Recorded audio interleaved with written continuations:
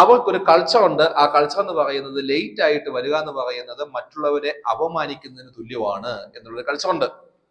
ഇപ്പൊ ഞാൻ ഒരു വ്യക്തിയാണെങ്കിൽ, എന്റെ പേര് ഡോക്ടർ ജസ്റ്റിൻ തോമസ് ആണെങ്കിൽ, ഞാനെന്ന് പറയുന്ന വ്യക്തി ഒരിടത്ത് ലേറ്റ് ആയിട്ട് പോയി, അവിടെ കുറെ പേര് എന്നെ വെയിറ്റ് ചെയ്ത് നിൽപ്പുണ്ട് എന്ന് പറഞ്ഞു കഴിഞ്ഞാൽ അത് എന്റെ കൾച്ചർ ശരിയല്ലാത്തതിന്റെ പേരിലാണ്, എന്റെ സംസ്കാരം ശരിയല്ലാത്തതിന്റെ പേരിലാണ് അങ്ങനെ സംഭവിക്കുന്നത് എന്നൊരു തോന്നല് അവിടുത്തെ മനുഷ്യന്മാരിൽ മിക്കവർക്കും ഉണ്ട്. അതുകൊണ്ട് അവര് ഒരു 15 മിനിറ്റ് നേരത്തെ എല്ലാ സ്ഥലങ്ങളിലും എത്തും. ഇത് അവരുടെ ഒരു ശീലമാണ്.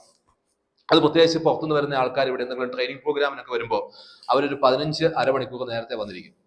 നമ്മൾ അരമണിക്കൂർ കഴിഞ്ഞ് അവിടെ ചെല്ലുകയും ചെയ്യും. അതൊരു സംസ്കാരമായിട്ട് മാറും ടൈം മാനേജ്മെന്റ് എന്ന് പറയുന്നത്. അതുകൊണ്ടാണ് ഈ രാജ്യങ്ങളിലൊക്കെ ഉള്ള ആൾക്കാർക്ക് ഒരുപാട് സമയമുണ്ട്. അവരാരും സമയമില്ല എന്ന് പറഞ്ഞ് എന്ത് ചെയ്യുന്നില്ല, ബഹളം ഉണ്ടാക്കുന്നില്ല. നമ്മളാണ് ഏറ്റവും കൂടുതൽ സമയമില്ല എന്ന് പറഞ്ഞ് ബഹളം ഉണ്ടാക്കുന്നത്. നമ്മൾ കണ്ടുപഠിക്കുന്നത് എന്താണ്? ഒരു മീറ്റിങ്ങിന് ലേറ്റ് ആയിട്ട് വരുന്ന നേതാക്കന്മാരെയും മീറ്റിംഗ് കഴിയുന്നതിന് മുമ്പ് എഴുന്നേറ്റ് പോകുന്ന കുറെ നേതാക്കന്മാരെയൊക്കെയാണ് നമ്മൾ കണ്ടുപിടിക്കുന്നത്.